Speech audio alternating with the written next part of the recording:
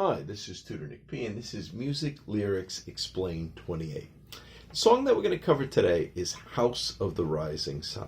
Okay, let somebody on a screenshot, do it right now. All right, let's look at the introduction here. So, The House of the Rising Sun was not written by the group The Animals. However, The Animals version sung by Eric Burdon was the most famous and the most successful.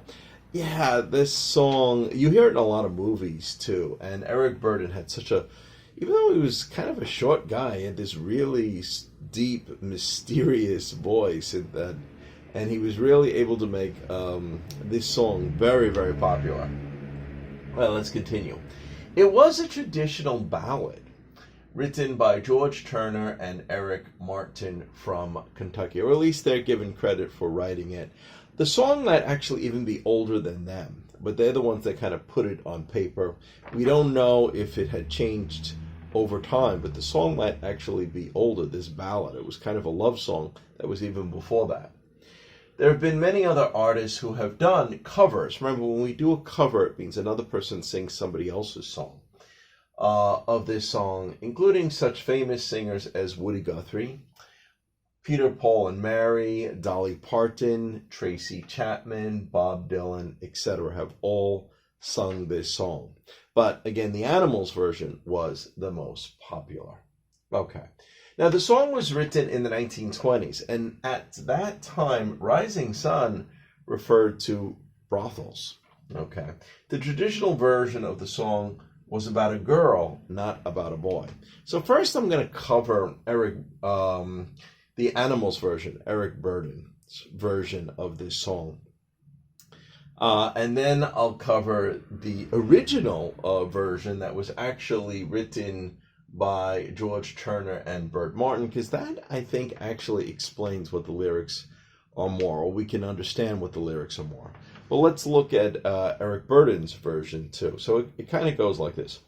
There is a house in New Orleans they call the rising sun. It's been the ruin of many a poor boy, and God, I know I'm one.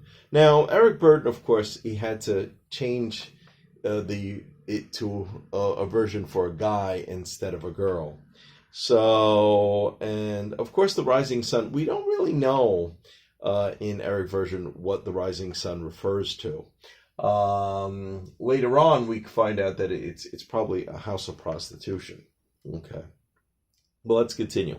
He sings, my mother was a teller. She sewed my new blue jeans. And my father was a gambling man down in New Orleans. All right, we got to try to figure out why he thinks that, why his life was ruined. It's a little unclear. But we do know, according to this, that his father was a gambling man. So did he take after his father? Did he become a gambler too? All right, let's continue. Now the only thing a gambler needs is a suitcase in the trunk. And the only thing he's satisfied, or the only time he's satisfied, is when he's on a drunk. All right, so we know now his father was a gambler and a drunk. I don't know, did he become a gambler and a drunk too? I'm not really sure. On a drunk actually means like a drinking spree. So both versions refer to on a drunk. So if you're on a drunk, you're drinking spree, and you're probably drunk for like several days. And okay, that's what that means. All right, let's continue. So he goes, oh, mother, tell your children not to do what I have done. Don't spend your life in sin and misery in the house of the rising sun. All right, so here, now he's warning, like, don't be like me, even though I'm still not 100% sure what he did, what I've done. Don't spend your life in sin and misery. Misery, of course, here means the state of being extremely unhappy. In the house of the rising sun. So, is he also referring to the rising sun as like a brothel? Does he go to brothels all the time?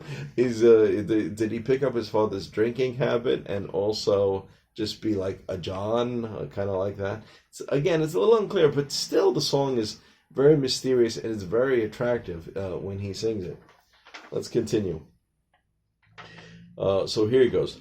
I got one foot on the platform and another on the train, and I'm going back to New Orleans to wear that ball and chain. All right, now here, of course, we know that, I don't know, he sounds like a little bit of indecision. He's got 1 foot here, 1 foot there. Maybe he's not sure what he should be doing. But yet he's deciding, he's going back to New Orleans.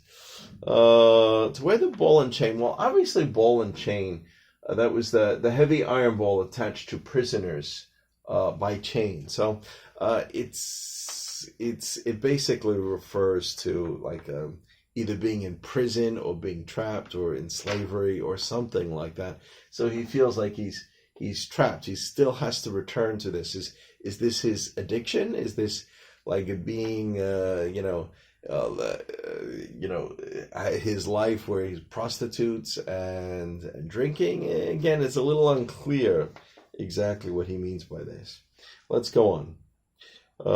And really, the Animals version's almost finished here. It goes, there is a house in New Orleans they call the rising sun, and it's been the ruin of many a poor boy, and God, I know I was one. Okay, so that's the Animals version. Now, if you go to the original one, which is actually a female version, and actually, I think it's actually kind of deeper and makes more sense. It goes like this. There is a house in New Orleans they call the rising sun. It's been the ruin of many a poor girl, and me, oh God, for one. So, okay, now again, if this really refers to the rising sun as like a brothel, this is making more sense because maybe she ended up becoming a prostitute. So, all right, let's continue. If I had listened to what my mama said, I'd be at home today. Being so young and foolish, poor boy, let a rambler lead me astray. All right, so let's look at this. All right, now a rambler is like a rover, a wanderer. So she met some guy. She probably fell in love with this guy. She probably went away with him, but he turned out also to be a gambler and a drunk too. So in this version, it's the boyfriend that's a gambler and a drunk. And I guess one way or another, maybe she ended up in a life of prostitution. I don't know. Was she trying to get him out of debt, or what happened here? All right, so let's continue. And the rambler led her astray, well, away from the right path. He changed the direction of her life, bringing her in the wrong direction. All right, let's continue here. So the original one goes like this. Go tell my baby sister, never do like I have done, to shun that house in New Orleans, they call the rising sun. All right, so now she's giving a warning. Maybe she does have a younger sister. Make sure the younger sister doesn't become like her, doesn't, I guess, turn into a prostitute. Never like I have done. To shun, if we say to shun, means to deliberately avoid a place or activity. So stay away from that. Don't end up like me. Don't end up in my shoes. They call the rising sun, well, again, the brothel. Okay. All right, let's continue. My mother, she's a tailor. She sewed my new blue jeans. My sweetheart, he's a drunkard. Lord, Lord, drink down in New Orleans. So again, the guy that she fell in love with ended up being a drunk and probably not very ambitious, no money. All right, so the only thing a drunkard needs is a suitcase and a trunk.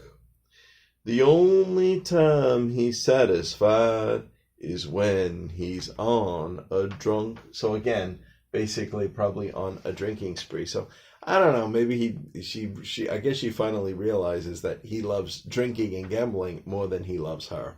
And that's what really keeps him happy. But, she got led astray by him, according to this. All right, let's go on. All right. Fills his glass to a brim, passes them around. Only pleasure he gets from life is hoboing from town to town. So this was her sweetheart. This is what happened. So obviously he cares more about gambling and drinking than not her. So he fills the glass to the brim. To the brim, of course, means to the top or the edge of a cup, So he's a drunkard, basically. Yes. And the only pleasure he gets from life is hoboing. Well, hoboing is like being like a hobo. We've talked about a hobo. Person who travels from place to place because they do not have a home. We often associate it with like street people, like a bum or something too. So basically, that's what he was. Well, let's continue. One foot is on the platform and the other on the train. I'm going back to New Orleans to wear that ball and chain. Sounds like she's, figuring that she's trapped in this life. And she's going back, and I guess she's going to continue to just be a prostitute, even though it's not what makes her happy. And that's basically what she's doing. To wear that ball and chain, well, again, I don't think she's actually going to prison, because it sounds like it could be prison too. I mean, it is a possibility. Did she get caught? Did she get arrested? But no, she's going back. She's going on the train, so that doesn't sound right. It sounds like she's making the choice to go back. But maybe she doesn't feel like she can get out of this life. She's trapped in this sort of life that's unhappy of being a prostitute. So this is why she was warning her sister not to do this too. I don't know. I guess sometimes people feel like they just can't get out of this sort of life. I've sometimes heard from people like in the human trafficking, where they finally did escape one day, but sometimes they try to make them stay by telling them that they'll hurt their family or something if they try to leave. I don't know if it was anything like that, but anyway, this is how the old ballad goes. All right, so, and this is pretty much the end of it. Going back to New Orleans, my race is almost run. Going back to spend the rest of my days beneath the rising sun. So I guess she is, considering that, well, she's probably just going to be a prostitute for the rest of her life or something like that. Anyway, it depends. When different people hear this song, they may associate it a different way. They all know that it was a life gone astray. So some people might associate it maybe with gambling, with drinking, probably another addiction. Today, probably could be some people with drugs, a life of crime, anything like that. So different people, sometimes it's open to interpretation when people are listening to this song. But like I said, the original version sounds a little clearer. Anyway, I hope you got it. I hope it was informative. Hope it was interesting. Thank you for your time. Bye-bye.